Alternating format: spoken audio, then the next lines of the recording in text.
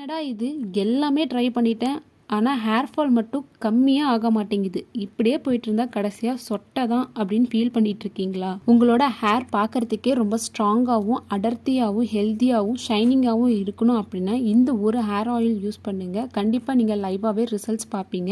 இந்த ஆயிலை ரெகுலராக யூஸ் பண்ணும்போது உங்களுக்கு ரொம்பவே ஹேர் க்ரோத் அதிகமாக இருக்கும். உங்களோட ஹேர் ஃபாலுமே கண்ட்ரோல் ஆகிடும். அம்மா இவ்வளோ சொல்லிட்டு இருக்கு, அது என்ன ஆயில்னே சொல்லு அப்படின்னு கேட்குறீங்களா? அது ரோஸ்மெரி ஹேர் ஆயில் தான்.